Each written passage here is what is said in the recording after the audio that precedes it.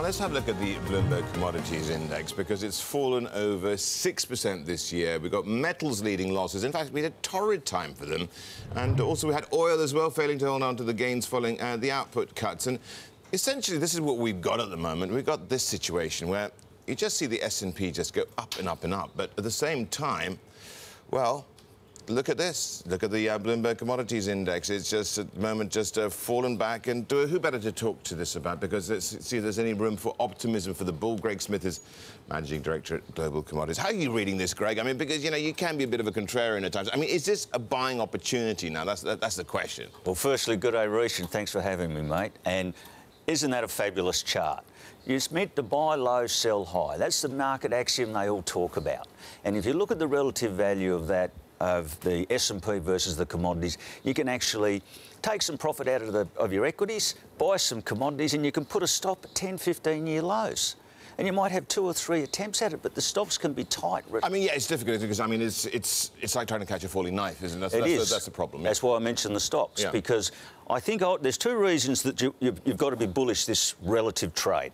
Firstly, everything we do is cyclical, beginning, middle and end, and everything, if you look at it mathematically, reverts, OK? So we can go back to the mean. So what we're looking at here, if you look at the mean at a relative perspective, there's a long way for equities to drop and there's a long way for commodities to rally. And on a cyclical basis, you can look at commodities over a 3 or 5 year time frame, and I think we're starting to bottom out. Well, a long way to go, as you say. We have been dramatic regarding the types of routes we've seen across the complex. We had steel, copper, nickel taking a hit here. But iron ore as well. I mean, iron ore, absolute slump. So, but where then would the upside be, especially with the China picture? You've answered the question.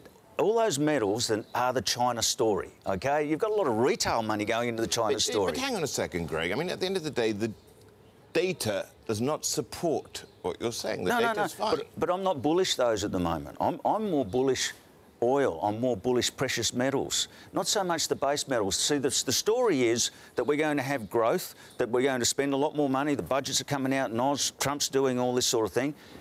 Buy the rumour, sell the fact. At the moment, nothing's happening, and that's why the base metals are coming off. They're not consuming them. They're not building the infrastructure yet. Now, they might.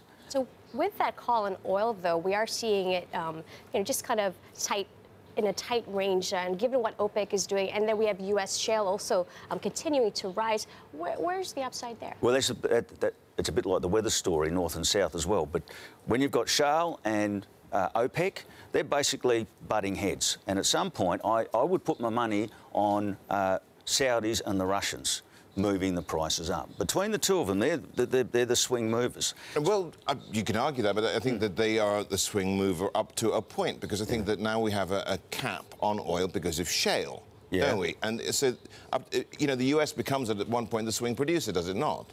Yes, it does, but for how long, Reece? Because one of the things about shale is the longevity of the production cycle is nowhere near like it is with crude oil. So the way they're cracking this stuff, it's got a lot shorter shelf life, and they've got to keep on drilling more and more.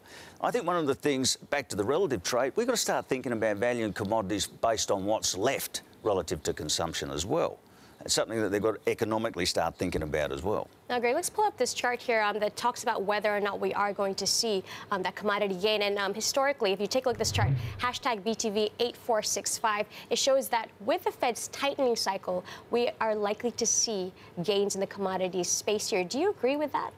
100%, Soph. Yes, I do. And that's part of my marketing pitch, why commodities. Not so much what I do, but just tell the story about why commodities are the diversifier. Yes, if you see commodities have been going down while we've been printing money, and the correlation, another one, when you get an equity guy coming in, run the S&P against the amount of money being printed, and you'll see that that thing is highly correlated, and the commodities are in the inverse. That was because it's cheap money, they'd borrowed against collateral, and they just kept on building up inventory.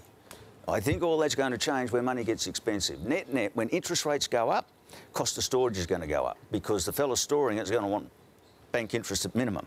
So in a simplistic way, interest rates going up, so will the commodity values, particularly along the curve.